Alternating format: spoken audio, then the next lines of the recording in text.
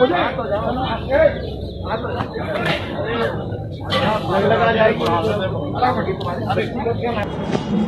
मेरे पे अब तक गलती हो गई है, चरणों में पूरा मत्था टेक कर सभी से माफी मांगता हूँ। ये दो वीडियो देखा आपने, यूपी में बीजेपी की क्या हालत है, ये दो वीडियो साफ साफ बता दे रहा है। पहला वीडियो जो था वो बीजेपी के विधायक हैं, पश्चिमी उत्तर प्रदेश में पहले दौर में चुनाव है और बीजेपी का ये विधायक हाथ जोड़कर जनता से माफी मांग रहा है। और दूसरा जो वीडियो देखा आपने, देखिए किस तरह से एक जाट समाज के बुजुर्ग को बीजेपी दफ्तर से बेइज्जत करके सरेआम दफ्तर के बाहर फेंका जा रहा है।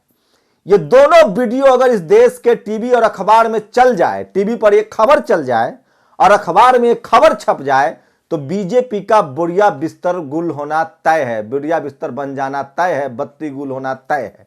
नमस्कार, मैं शंभू कुमार सिंह और आप देख रहे हैं नेशनल दस्तक। बहुजन समाज के लिहाज से जो मैं बार बार आपको कह रहा हूं कि किस तरह से एससी एसटी ओबीसी माइनॉरिटी के नेताओं को बदनाम किया जाता है। सौरभ द्विवेदी द लल्लन टॉप जो आज तक का है, आप सौरभ द्विवेदी का 3 इंटरव्यू देखे होंगे। एक इंटरव्यू उन्होंने योगी जी से किया, ऐसे लग रहा था जैसे सब कुछ क्लीन चिट देने के लिए आए हो, एक क्रॉस क्वेश्चन नहीं, जबकि योगी जी सरकार में बैठे हुए हैं। और दूसरा इंटरव्यू ओपी राजभर का, ओम प्रकाश राजभर का, ऐसे उनके धज्जियां उड़ा दी जैसे लगता था कि सौरभ द्विवेदी का उन्होंने कर्जा खा रखा है। तो ये होती है इस देश में पत्रकारिता की सच्चाई। अगर कोई नेता एससी एसटी ओबीसी माइनॉरिटी है तो मुंह में माइक डाल दो, ऐसे ऐसे सवाल पूछो। मैं नहीं बता रहा हूं जातिवाद कैसे होता है। अगर आप यूपीएससी का एग्जाम देने गए हैं और प्रोफेसर जो है वो जातिवादी मनुवादी है, तो वो कहेगा कि बताओ मेरे मामा जी का नाम क्या है। अब बताइए, अब उसके मामा जी का नाम क्या पता आपको। और अगर वो जातिवादी उसके जात वाला कैंडिडेट है तो पूछेगा कि तुम्हारे मामा जी का नाम क्या है। वो अपने मामा जी का नाम बता देगा, वो पास हो जाएगा।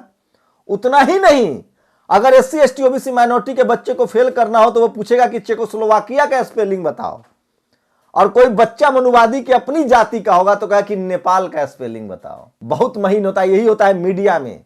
अगर एससी एसटी ओबीसी माइनॉरिटी का नेता है मायावती, अखिलेश, ओपी राजभर, स्वामी प्रसाद मौर्य हो, तो पार्टी बदले तो दल बदलू। और ज्योतिरादित्य सिंधिया हो, कोई झा हो, कोई वर्मा हो, कोई शर्मा हो, वो पार्टी बदले तो मास्टर स्ट्रोक। मुझे नहीं पता है अपने समाज के नेता कब सोचेंगे, लेकिन ये दो वीडियो जो है उसके बारे में मैं पहले चाहता हूं कि आपको डिटेल बता दूं, तब आपको अंदाजा हो जाएगा कि इस देश में बीजेपी के बारे में जनता की क्या राय है और खासकर यूपी में क्या कंडीशन है। यूपी में बीजेपी अगर जीत जाती है तो इसका मतलब है कि जनता ने वोट नहीं दिया है। कैसे जीतेगी आपको पता है, हाथ कंगन को आरसी क्या, पढ़े लिखे को फारसी क्या। पहले ईवीएम आया और अब चुनाव प्रचार खत्म हो रहा है। सोचिए अगर ये दो वीडियो चल जाए तो बीजेपी की सरकार गिर जाएगी। तो ये है बीजेपी के बुलंदशहर के विधायक देवेंद्र सिंह लोधी। सुनिए जनता से क्यों माफी मांग रहे हैं, एक बार सुन लीजिए, फिर आगे बात बढ़ाते हैं। जो मेरे पे अब तक गलती हो गई है, चरणों में पूरा मत्था टेक कर सभी से माफी मांगता हूँ। अब सोचिए, सुना आपने लोधी जी की क्या हालत है। इनकी हालत यह है कि पश्चिमी उत्तर प्रदेश में बीजेपी का कोई नेता चुनाव प्रचार नहीं कर सकता है। अगर चुनाव प्रचार कर ले तो उसका इलाज हो जाता है, पता नहीं कब कहां लोग पकड़ ले। लेकिन ये तो कुछ भी नहीं है। अब बीजेपी की गुंडागर्दी देखिए, एक पिस्टल वाली तो हमने खबर बताई ही थी, अब ये गुंडागर्दी देख लीजिए। ये है बीजेपी में जाटों का सम्मान का वीडियो। हाथरस के सादाबाद विधानसभा से बेटी प्रीति चौधरी को टिकट न मिलने से नाराज एक पिता ने विरोध किया तो भाजपा के नेताजी ने उठवा के भाजपा दफ्तर से बाहर फेंकवा दिया। 2 दिन पहले भाजपा ज्वाइन करने वाले रामवीर उपाध्याय को टिकट दे। तो सोचिए, जयंत चौधरी को बीजेपी का एक युवा जाट प्रवक्ता है वो चैलेंज कर रहा था। यह है जाट समाज की इज्जत। आप सोचिए कि जाटों का आंदोलन था हरियाणा में, किस तरह से उनको बदनाम किया गया था और गोली मरवा दी गई थी। किसी से छुपा हुआ नहीं है, वो सुना दूं आपको, पूरा जाटलैंड है। मैं कहानी सुनाऊंगा देवीलाल की, किस तरह से वो प्रधानमंत्री बनने वाले थे और कैसे कैसे बीपी सिंह को प्रधानमंत्री बना दिया गया, कैसे, वो भी कहानी सुनाऊंगा कि कैसे एक गुजराती ब्राह्मण को जेपी ने प्रधानमंत्री बनाया, जबकि प्रधानमंत्री बनना था इस देश के बहुजनों को। बड़ी साजिश हुई है। 74 के आंदोलन में जब इंदिरा गांधी नेस्तनाबूद हुई थी, जब लालू यादव, नीतीश कुमार, रामविलास पासवान, देवीलाल, चौधरी चरण सिंह जैसे लोगों का जलवा था, उस समय भी किसको प्रधानमंत्री बना दिया गया और क्यों बना दिया गया, यह भी इतिहास है। खैर वो छोड़ दीजिए। उसके बाद जब राजीव गांधी, इंदिरा गांधी की हत्या हो गई, जब राजीव गांधी 412 सीट जीत के आए, उसके बाद चौधरी देवीलाल प्रधानमंत्री के सबसे बड़े उम्मीदवार थे। लेकिन क्या हुआ, उस समय चौधरी देवीलाल को माला थमा दिया गया और कहा गया कि आप ही प्रधानमंत्री चुन दीजिए, और इस साजिश के वो शिकार हो गए और बीपी सिंह को प्रधानमंत्री बनाना पड़ा। और उसके बाद जब रामविलास पासवान, शरद यादव ने बगावत की, तो मान्यवर कांसीराम साहब से देवीलाल मिले और तब मान्यवर साहब ने कहा कि देवीलाल जी, आपको तो बेवकूफ बनाया गया, आप तो प्रधानमंत्री बनने वाले थे, लेकिन मैं फिर भी साथ दूंगा, और अगर मंडल कमीशन लागू नहीं हुआ तो बीपी सिंह की सरकार चली जाएगी। और मंडल कमीशन लागू हुआ और बीजेपी ने सत्ता छीन ली, सरकार गिरा दी। तो जाटों का अपमान आज से नहीं होता रहा है। सोचिए, चौधरी चरण सिंह प्रधानमंत्री बने, मुख्यमंत्री बने, पंजाब से लेके, राजस्थान से लेके, हरियाणा से लेके पश्चिमी उत्तर प्रदेश तक जाट लैंड था। आरएसएस ने बहुत महीन तरीके से धर्म के जाल में उलझाकर इनका सब कुछ छीन लिया है।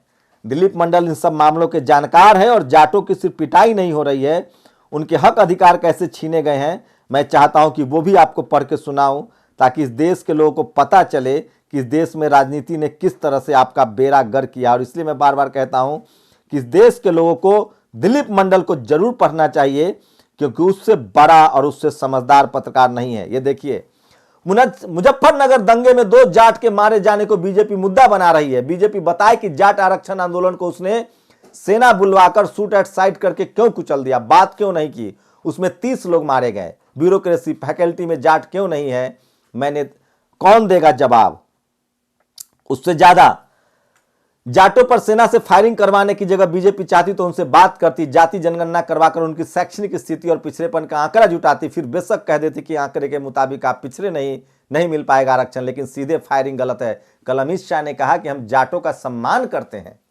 यह है बुजुर्ग जाट की थाने। देखिए किस तरह से पार्टी दफ्तर से उनको फेंका जा रहा है, और अमित शाह कह रहे कि हम जाटों का सम्मान करते हैं। ये हाथरस के शाहबाद सीट के लिए अपनी बेटी के लिए बुजुर्ग आदमी टिकट मांगने गया था, 2 दिन पहले पार्टी में आए रामवीर उपाध्याय को टिकट दे दिया और इस जाट पिता को दफ्तर से बाहर फेंकवा दिया गया।